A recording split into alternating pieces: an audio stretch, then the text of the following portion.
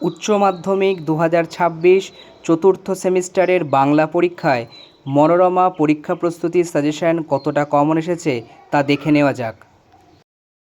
সরাসরি প্রশ্নের দিকে আমরা এবার চোখ রাখি।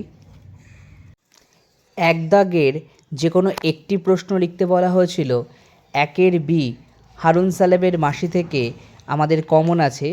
আমরা সাজেশনের 17 নম্বর প্রশ্নে এই প্রশ্নটা পাবো। 2 নং প্রশ্নে যে কোনো একটি লিখতে বলা হয়েছিল।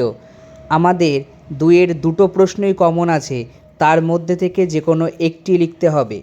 প্রথম প্রশ্নটি, মধ্যবিত্ত মোদির জগতে আমরা বেদনাহীন অন্তহীন বেদনার পথে, এই প্রশ্নটি দেখো সাজেশনের 10 নম্বর প্রশ্নে কমন আছে।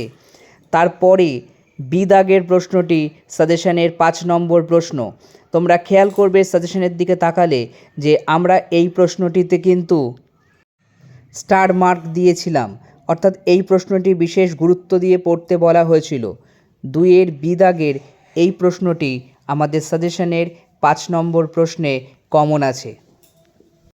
3 নম্বর প্রশ্নে যে কোনো একটি লিখতে বলা হয়েছিল।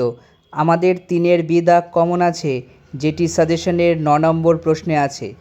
পুরনো দিনের কথা ভুলে যান চাটুর্যে মশাই, এই প্রশ্নটি তোমরা সাজেশনের 9 নম্বর প্রশ্নে পেয়ে যাবে। 4 দাগের প্রশ্নে নাটক থেকে যে কোনো দুটো প্রশ্ন লিখতে বলা হয়েছিল। আমাদের সিলেবাসে রবীন্দ্রনাথ ঠাকুরের লেখা ডাকঘর নাটকটি রয়েছে, সেই নাটক থেকে আমাদের দুটো প্রশ্ন লেখার কথা। আমাদের দুটো প্রশ্নই কমন আছে। সি দাগ এবং ডি দাগের এই দুটো প্রশ্ন, অর্থাৎ সি দাগের প্রশ্নটি তোমরা পাবে সাজেশনের 3 নম্বর প্রশ্নে এবং ডি দাগের প্রশ্নটি পাবে সাজেশনের 7 নম্বর প্রশ্নে।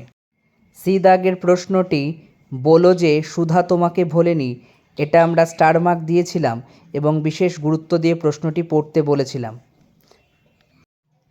5 দাগ থেকেও আমাদের সাহিত্যের ইতিহাসের প্রশ্ন কমন আছে। সাজেশনের 3 নম্বর প্রশ্নে বাংলা চিত্রকলার ইতিহাসে অবনীন্দ্রনাথ ঠাকুরের অবদান, এই প্রশ্নটি কমন আছে এবং আমরা প্রশ্নটি স্টার মার্ক দিয়েছিলাম।